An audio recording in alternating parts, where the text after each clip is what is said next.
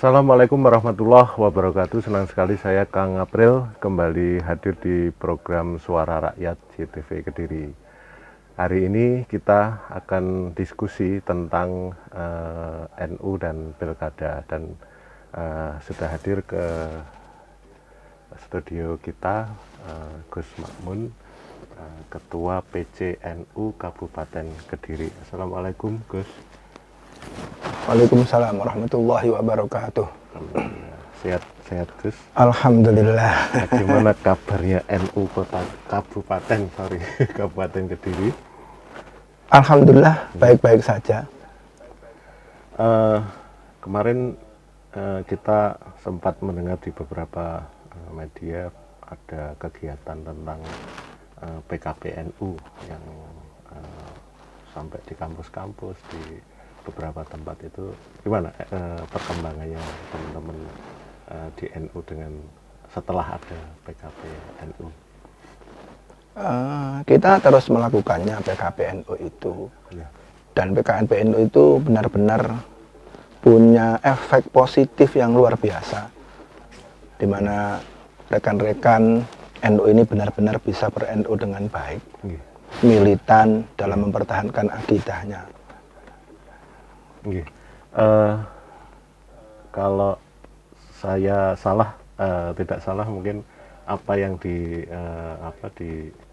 diinginkan oleh NU adalah ada kemandirian, yaitu kemandirian NU.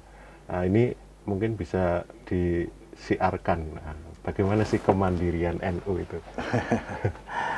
Jadi memang kita betul-betul ingin organisasi NU ini kuat secara akidah, secara pemikiran, fikroh, maupun harokah secara gerakan. Makanya kami ada PKPNU, kemudian kita juga menggalakkan seperti Lazisnu, Lembaga Amil Zakat Infak Sodakoh NU, dan ini terus kita lakukan.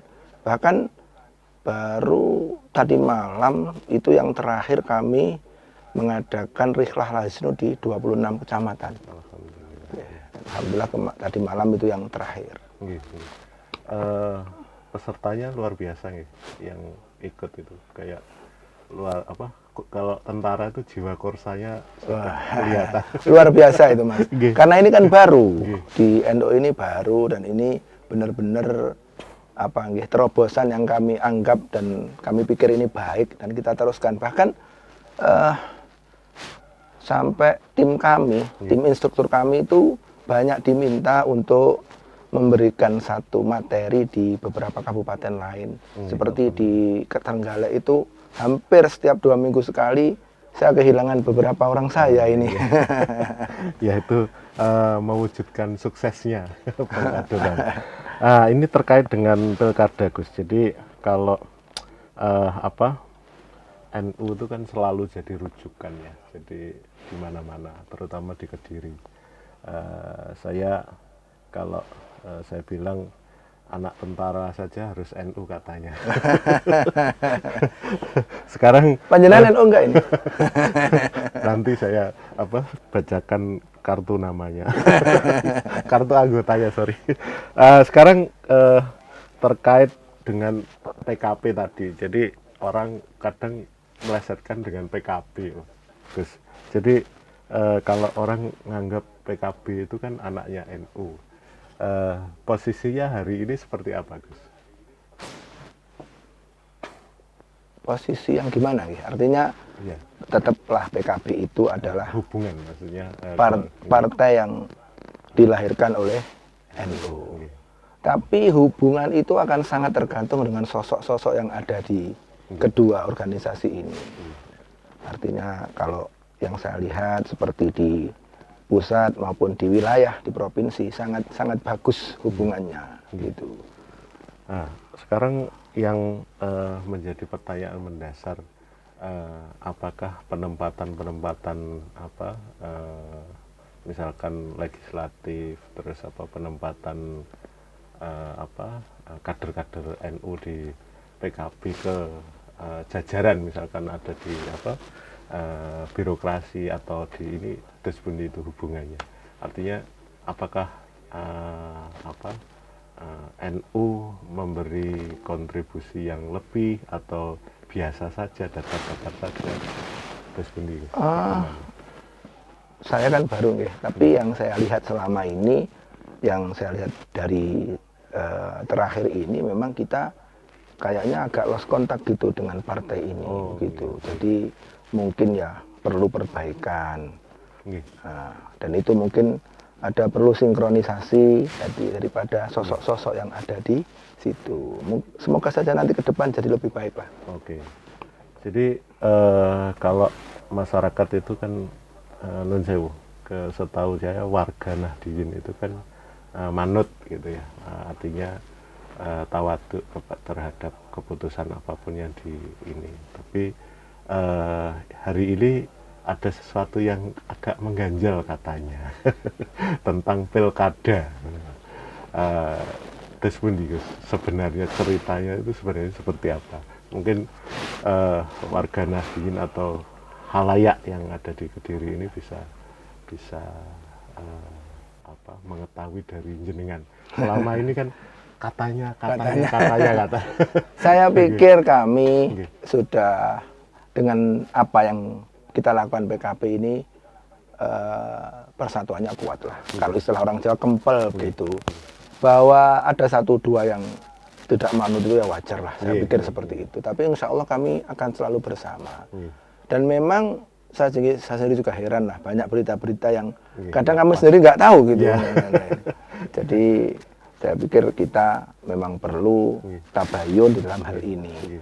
Secara umum hari ini kan kita tetap jadi satu dan kita belum menentukan kemana kita akan melangkah. Gitu.